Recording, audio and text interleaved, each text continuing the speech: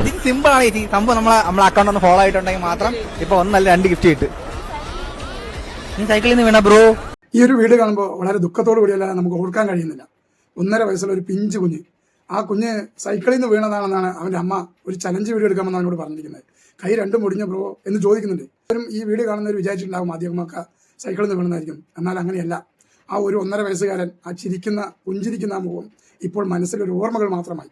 ആ പിഞ്ചു കുഞ്ഞിന് നൊന്ത് പ്രസവിച്ച അമ്മയും രണ്ടാനച്ഛനും കൂടി ആ പിഞ്ചു കുഞ്ഞിനെ കൊന്നുകളഞ്ഞു. ഒരു കുഞ്ഞിന് വേണ്ടി വഴിപാട് കഴിക്കുകയും ഹോസ്പിറ്റലിൽ ചികിത്സ ചെയ്യുകയും ചെയ്യുന്ന ഒരുപാട് ദമ്പതിമാർ നമ്മുടെ നാട്ടിലുണ്ട്.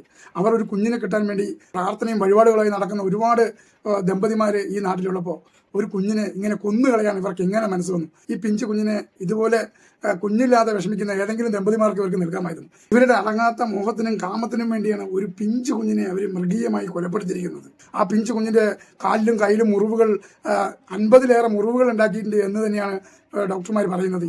ഇത്രയും ക്രൂരമായും മൃഗീയമായും ആ പിഞ്ചു കുഞ്ഞിനെ എങ്ങനെ കൊല്ലാൻ ഇവറ്റകൾക്ക് മനസ്സ് വന്നു? ഇവരെയൊന്നും നൊന്ത് പ്രസവിച്ച അമ്മ എന്നൊന്നും പറയാൻ പറ്റില്ല. എല്ലാവരുടെയും മനസ്സിൽ ഇന്ന് ആ പുഞ്ചിരിക്കുന്ന മുഖമാണ്, ആ കുഞ്ഞിൻ്റെ മുഖമാണ് എല്ലാവരുടെ മനസ്സിലേക്ക് ഓടിയെത്തുന്നത്. ഇന്ന് ആ കുഞ്ഞ് ജീവനോടെ ഇല്ല എന്ന് അറിയുമ്പോൾ എത്ര സങ്കടകരമായ കാര്യമാണ്. ഇത്തരം പ്രവൃത്തി ചെയ്യുന്ന എത്ര ക്രൂരമായ കാമത്തിന് വേണ്ടി സ്വന്തം കുഞ്ഞിനെ കൊലവിളിച്ച് ഇത്തരത്തിൽ ക്രൂരകൃത്യം ചെയ്യുന്നവർക്ക് ശരിയായ രീതിയിലുള്ള തക്കതായ ശിക്ഷ തന്നെ ഇവർക്ക് നൽകണമെന്നാണ് വിനീതമായി ഇതിലൂടെ അപേക്ഷിക്കാനുള്ളത്. ഇവരെ പോലെയുള്ള നരാധമന്മാർക്ക് ഒരു ദാക്ഷിണ്യവും പ്രതീക്ഷിക്കുന്നില്ല, ഒരു ദാക്ഷിണ്യവും കൊടുക്കാനേ പാടില്ല. ക്രൂരമായിട്ടാണ് ഈ പിഞ്ചു കുഞ്ഞിനെ ഇവർ കൊലപ്പെടുത്തിയിരിക്കുന്നത്. അതുകൊണ്ട് ഇവർക്ക് കഠിനമായ ശിക്ഷ തന്നെ ഇവർക്ക് നൽകണം എന്ന് വിനീതമായി അപേക്ഷിക്കുകയാണ്.